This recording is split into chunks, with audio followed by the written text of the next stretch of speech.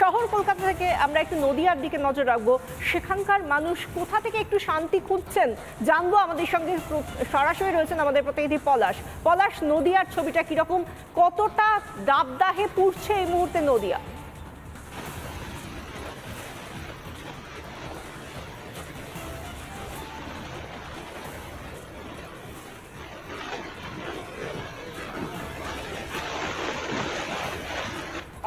কিন্তু মাথায় সেটা কিন্তু রয়েছে।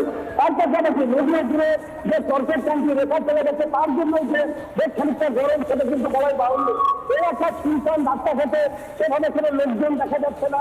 কখনো মনে হচ্ছে যেন সেদিক সিচুয়েশন বা তোমার বলা যেতে পারে কারফিউর মতন রাস্তাঘাট জনের একাত্রে শূন্য হয়ে রয়েছে।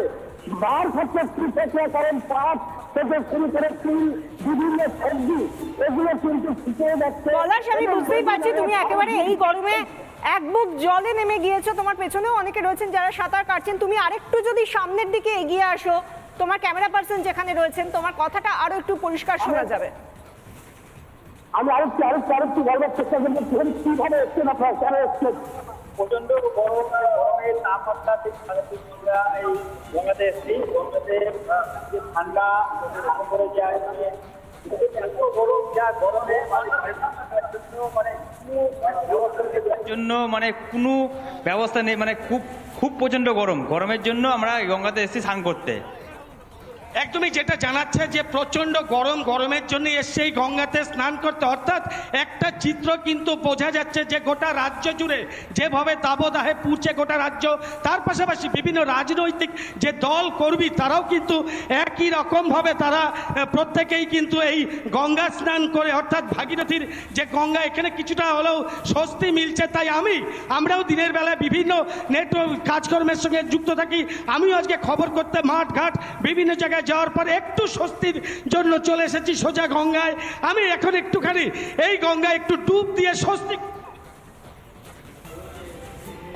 অনেকটাই স্বস্তি এলো। তার কারণ যেভাবে বোঝাই যাচ্ছে 44 ডিগ্রি যেখানকার তাপমাত্রা, সেখানটায় যে মানে কি অবস্থা, গলদঘর্ম অবস্থা গোটা রাজ্যবাসী এলাকাবাসীর। এখন এর থেকে কবে যে ঝমঝম করে মেঘ ভাঙা বৃষ্টি নামবে তবেই মিলবে সাধারণ মানুষের যে স্বস্তি, সেদিকেই তাকিয়ে কিন্তু গোটা রাজ্য বা দেশবাসী।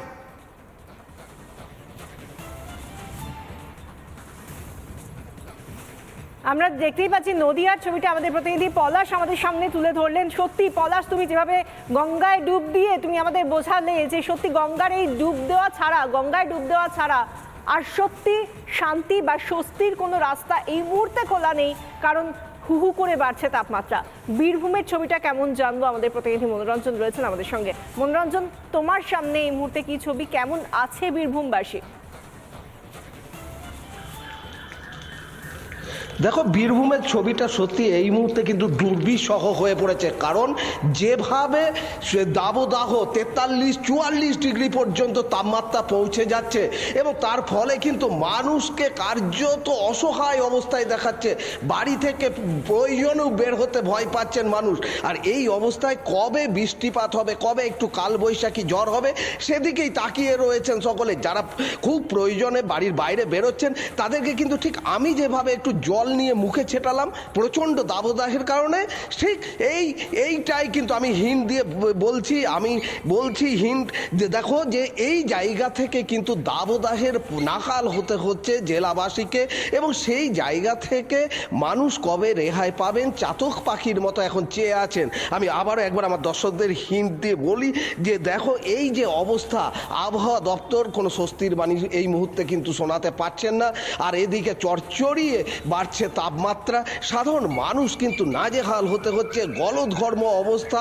কখন কি হয়ে যাবে এই রাস্তার এই প্রখর তাবদাহে প্রচণ্ড সূর্যের তাপে, তাতে কিন্তু ভয় পাচ্ছেন রীতিমতো। আমি হিন্ট দিচ্ছি যে এই অবস্থা থেকে মানুষকে স্বস্তি কবে মিলবে সেদিকেই তাকিয়ে আছেন সকলে। মনোরঞ্জনের কাছ থেকে আমরা বীরভূমের ছবিটা দেখলাম, এর পাশাপাশি আমরা যে ছবিগুলো একটার পর একটা দেখতে পাচ্ছি বিভিন্ন জেলায় জেলায়, আমরা যেভাবে দেখতে পাচ্ছি লাল সতর্কতা জারি করা হয়েছে। তার মধ্যে রয়েছে বীরভূম, বাঁকুড়া, ঝাড়গ্রাম, রয়েছে মেদিনীপুর, এবং এই সঙ্গেই ইতিমধ্যেই কলকাতাও কিন্তু তাপমাত্রার দিক থেকে আজকে 43 ডিগ্রি সেলসিয়াস এতখানি তাপমাত্রা বেড়ে গিয়েছে। আমাদের সঙ্গে সেই ছবিটাই তুলে ধরার জন্য রয়েছেন আমাদের সঙ্গে আমাদের প্রতিনিধি কলকাতা থেকে পিঙ্কি অধিকারী। পিঙ্কি, কি ছবি দেখতে পাচ্ছ?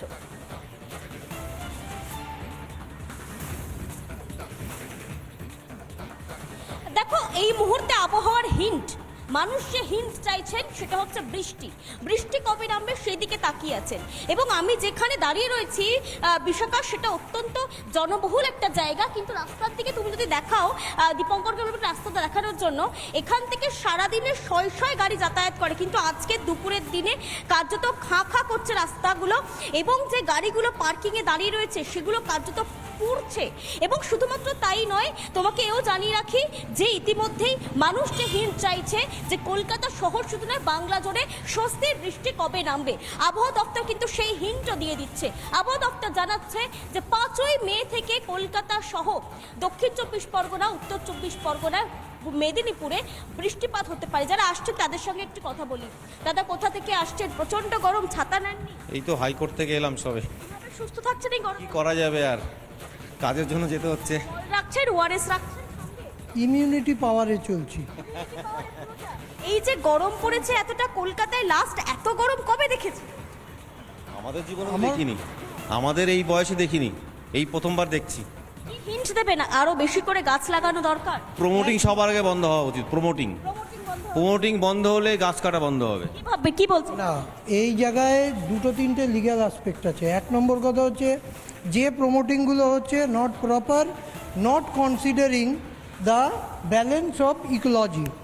ইকোলজিক্যাল ব্যালেন্সটা যেভাবে মেনটেন হওয়া উচিত, একটা ফ্ল্যাটে ধরা যাক পার ফ্লোরে 4টে, মানে আপনারা মনে করছেন যে এক সেকেন্ড, পার ফ্লোরে ধরুন 4টে করে ফ্ল্যাট আছে, 5টা তলা, তার মানে 20টা ফ্ল্যাট, একটু সরে যান। নির্মাণের কথা বলছেন, আর যারা রয়েছেন এই একটাই নেই, এই একটাই নেই। বাড়ি হচ্ছে, মেন কথা হচ্ছে গাছ কেটে বাড়ি হচ্ছে। একটা বাড়ি যদি আপনার পার্সোনাল থাকে, আপনি একটা গাছ লাগানোর চেষ্টা করবেন, আর যখন সেটা প্রমোটিং হয়ে যাবে, সে চাইবে কতটা জায়গা বাড়ানো যায়, ফ্লোরটা কতটা স্কোয়ার ফিটে বাড়ানো যায়। অতএব গাছের চিন্তা প্রমোটাররা করছে না, তো সবার আগে প্রমোটিং বন্ধ হওয়া উচিত। একদম একদম কলকাতা শহরবাসী যারা ফিরছিলেন হয়তো তার বাড়ির দিকে হয়তো যাচ্ছেন, একে গরমের তীব্র দাবদাহ, এবং তারা অবশ্যই তারা বলছেন আরও গাছ লাগাতে হবে, এবং অবশ্যই প্রমোটিং যেটা হচ্ছে সেটাকেও একটু দেখে শুনে একটু তাই আমাদের সেই চেনা ছবিগুলোই আমরা দেখতে পাচ্ছি, যে যেভাবে আমরা গত কয়েকদিন ধরে দেখেছি রাস্তায় লোকজন খুব কম, সেরকমভাবে আজকেও সেই ছবি দেখতে পাচ্ছি।